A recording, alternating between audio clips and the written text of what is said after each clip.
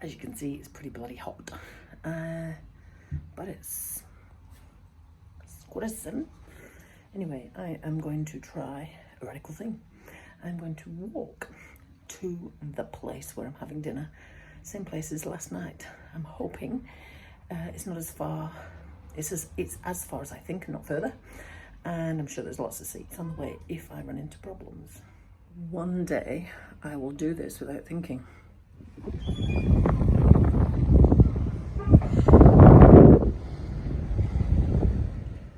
Just about to check out of this campsite, and I have been here 2 days, and I can confidently say this campsite is 100% wheelchair and disability accessible. It is the first one that I have been to that has proper disability access, and it's built into the layout of the campsite. It's quite compact. The camp ground is just opposite the cabins and tents, and I thought it might be noisy at night, but it's not.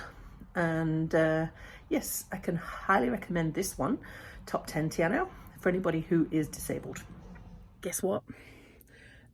The wheelchair hasn't got out of the car at all. I brought it just in case, but I haven't needed it. First time ever.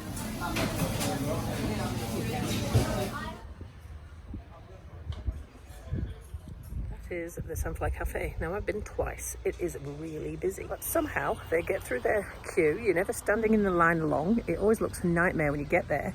There's just enough tables. The turnaround of people is just enough, so by the time you get to the front, there's usually a table. But when you arrive, it does not look like that at all, but they are pretty swift with their service. I can recommend it. It's really good food. That one-way street is called Wong Way. I was hoping for a street sign, but no. But it is on the map if you want to look it up in Tiano. All in all, I suppose I could say it's been a successful weekend. I entered a local event and totally put my trust in them, and no mishaps happened. I took my wheelchair and left it in the car and didn't actually need it. I walked around more than I have done before. I've practiced off-road, even though it was only really little flat bits. I've used one crutch more than I have in the past. I even just went around Queen's Park just now with just the one and left the other one in the car. It really is a bit of a mind game when it comes to using one rather than two. But I'm one of these people that never looks at what I've done and always looks at what I haven't, which is what makes me such a driven person, but it also can be a bit of a problem for me too. I can see that I'm nearly at the point where I could walk without crutches, but that nearly feels like it's years and light years away, because I still need that one crutch, even though it's only lightly. And when I try and not use it, it just doesn't work.